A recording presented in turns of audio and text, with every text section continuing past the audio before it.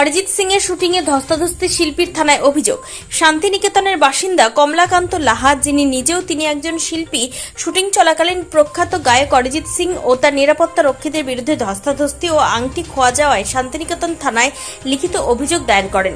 তার অভিযোগ, গতকাল ব্যবসায়িক কাজে কুপাই গ্রামের আগে ধর্মতলা এলাকায় যাওয়ার পথে তালতোর গ্রামে অরিজিৎ সিং এর শুটিং চলছিল। সেখানে নিরাপত্তা রক্ষীরা তাকে প্রায় 5 মিনিট দাঁড়াতে বলেন, কিন্তু 10 মিনিট পার হলেও যেতে না দেওয়ায় তিনি এগোতে চাইলে নিরাপত্তা রক্ষীরা তার মোটর বাইকের চাবি ও হেলমেট কেড়ে নেন এবং তাকে ধাক্কাধাক্কি করে এবং হেনস্থা করতে থাকে। তার নিরাপত্তা রক্ষীরা পুলিশের গাড়িতে তোলার চেষ্টা করেন। পরে শান্তিনিকেতন থানার এক অফিসার ঘটনাস্থলে এসে পরিস্থিতি নিয়ন্ত্রণে আনেন। কমলাকান্ত বাবুর অভিযোগ, এই ধস্তাধস্তির সময় তার হাতে থাকা একটি সোনার আংটি খোয়া যায়। এই ঘটনার পর তিনি অরিজিৎ সিং ও তার নিরাপত্তা রক্ষীদের বিরুদ্ধে থানায় অভিযোগ দায়ের করেন। এই মুহূর্তে শিল্পী তিনিও আতঙ্কিত এবং এই ঘটনায় শঙ্কিত। থানায় অভিযোগের কপিটাও দেওয়া আছে। বীরভূম থেকে বিশাল দাসের রিপোর্ট, তারাপীঠ টিভি। হেনস্থার শিকার হয়েছেন এবং কি খোয়া গেছে আপনার এবং কার দ্বারা খোয়া গেছে? কালকে আমি বিকাল 4:30টার সময় আমার কর্মস্থল ধর্মতলা কুপাইয়ের আগে বাস স্ট্যান্ড, ওখানে আমি যাচ্ছিলাম। যাওয়ার পথে তালতোর বকুলতলা মোড়ে আমাকে সামনে দেখি কিছু আমাদের শান্তিনিকেতন থানার পুলিশ এবং অরিজিৎ সিং, যিনি স্বনামধন্য একজন সিঙ্গার, ওনার সিকিউরিটি আমাকে প্রচুরভাবে হেনস্থা করে। আমাকে প্রথম বলে যে শুটিং চলছে, আপনি 5 মিনিট ওয়েট করুন আমাদের জন্য।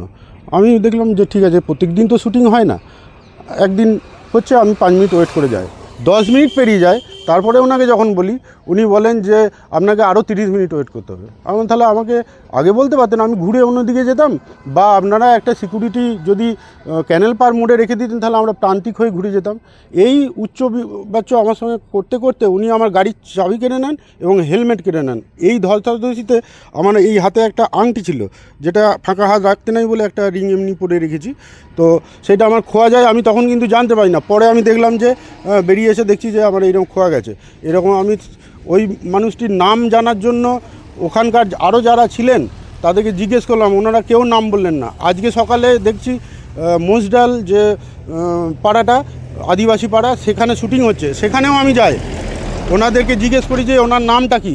ওনাকে কিন্তু ওরা সাইড করে রেখেছেন। হ্যাঁ, ওনাকে আজকে কর্মস্থলে আসতে দেননি শুটিংয়ে। হ্যাঁ, আমি ওনার নাম না জানতে পারলে ওনার ছবি করে এনে আমি থানাতে দেখাতাম। হ্যাঁ, কারণ আমি যেহেতু ওনার নাম ঠিকানা জানি না, এফআইআর করব। হ্যাঁ, তো ওনাকে আমি দেখতে না পেয়ে আমি ওইভাবেই লিখি যে অরিজিৎ সিং মহাশয়ের একজন সিকিউরিটি। হ্যাঁ, এইভাবেই আমি লিখে থানাতে জমা দিই। হ্যাঁ, থানা বলে যে ঠিক আছে, আপনি রিসিপ্টটা নিয়ে যান। এখনও এফআইআরের নাম্বার আমাকে দেওয়া হয়নি। হ্যাঁ, শুধু একটা রিসিপ্ট দিয়েছেন, ওনারা বলছেন আমরা ডেকে নেব। হ্যাঁ, তো আমাকে যেভাবে হেনস্থা করে, এইভাবে ধরে পুলিশ ভ্যান ছিল পিছনে দাঁড়িয়ে, সেই পুলিশ ভ্যানে তোলার চেষ্টা করে। সেখানে একজন শান্তিনিকেতন ডিউটিরত অফিসার ছিলেন, উনি আমাকে হেল্প করেন, ওনার কাছ থেকে ছিনিয়ে আমাকে নিয়ে আসেন এবং ওনাকে বকাবকি করে ওনাকে শান্ত করেন। হ্যাঁ, তো উনি অরিজিৎ বাবুর একজন সিকিউরিটি, ওনার ভদ্রতা এইরকম। হ্যাঁ, আমরা কি অমানুষ?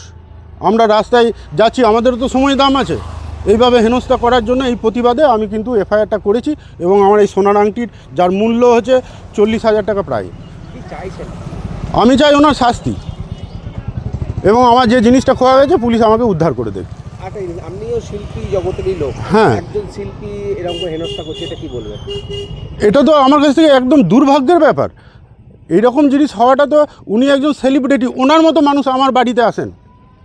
আমি যে কাজটা করি, আজকে দেশে বিদেশে জিজ্ঞেস করবেন, পণ্ডিত রণধীর রায় স্টাইলের এজরাজ আমি যে বানাই, সেই যন্ত্র কোথায় কোথায় যায়, আমি কোথায় কোথায় পাঠিয়েছি, তাদের আমি দরকার পড়লে এই মিডিয়ার সামনে আমি নাম ঠিকানা তাদের আপনাদের সামনে দিতে পারবো। আমার Japan, Germany, USA, Canada, Bangladesh তো আছেই।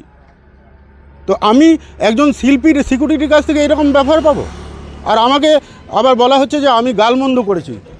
আমার যদি সব কিছু ওই ফেসবুক থেকে আরম্ভ করে আমার আইডি খোঁজ করেন যে আমি কি ভদ্র ছেলে, আমার পাড়াতে গিয়ে যদি পুলিশ ইনকোয়ারি করে, বা আপনারা একটু জানেন যে আমি কোনো মানুষের সঙ্গে কোনোভাবে গালমন্দ উচ্চারণ করার মতো মানুষ কিনা। আপনার নাম? আমার নাম কমলাকান্ত লাহা। আমি এখন ওই